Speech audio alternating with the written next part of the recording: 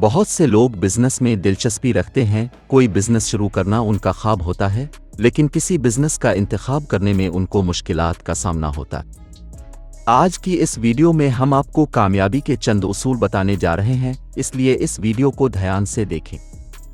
ماہرین معاشیات کا کہنا ہے کہ جو کاروبار بھی شروع کرنا ہو، آغاز سے پہلے اس کاروبار سے وابستہ لوگوں سے رائے لازمی لی جائے، رجحان اور صلاحیتیں دیکھتے ہوئے فیصلہ کیا جائے۔ زندگی میں کامیاب ہونا زیادہ مشکل نہیں، لیکن بڑی کامیابیاں سمیٹنا مشکل ہے۔ ہر شخص کے لیے کامیابی الگ معنی رکھتی ہے، اس لیے کوئی ایسا یونیورسل سائز نہیں جو سب کی کامیابی کے لیے درست قرار دیا جا سکے۔ انسان کامیاب انسانوں کے تجربے سے سیکھنے کی کوشش کرتا ہے۔ کامیابی کے نام سے سینکڑوں کتب لکھی جا چکی ہیں، اس کے علاوہ موٹیویشنل اسپیکرز بھی کامیابی کے رازوں سے آگاہ کرتے رہتے ہیں۔ ایک امریکی مصنف تھامس سی کورلے نے اپنی تحقیق کا نچوڑ یہ نکالا کہ کامیابی اور ناکامی کے درمیان 11 عادات کا سنگ گراں حائل ہے۔ کامیاب افراد کی زندگیوں میں 11 ایسی خصوصیات پائی جاتی ہیں جو کوئی بھی شخص اپنا لے تو اسے آگے بڑھنے سے کوئی نہیں روک سکتا۔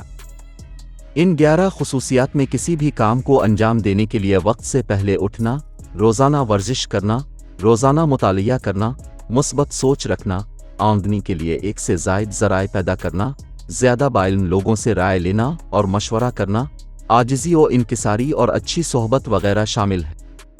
کاروبار شروع کرنے اور اسے وسعت دینے میں قوت فیصلہ اہم کردار ادا کرتی ہے۔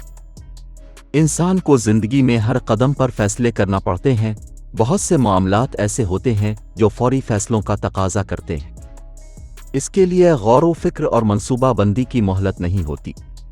حقیقی کامیابی کا راز یہ ہے کہ وقت کو ضائع نہ ہونے دیا جائے۔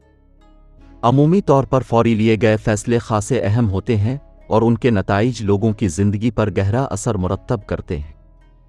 کامیاب لوگوں کی زندگی کا جائزہ لیں تو پتہ چلتا ہے کہ ان سب میں آزادانہ فیصلے کرنے اور فیصلوں پر جوش و خروش اور جرأت و حوصلہ کے ساتھ عمل پیرا ہونے کی صلاحیت۔ یہ صلاحیت ان سے بروقت فیصلہ کرا کر انہیں کامیابیوں سے ہمکنار کرتی رہی۔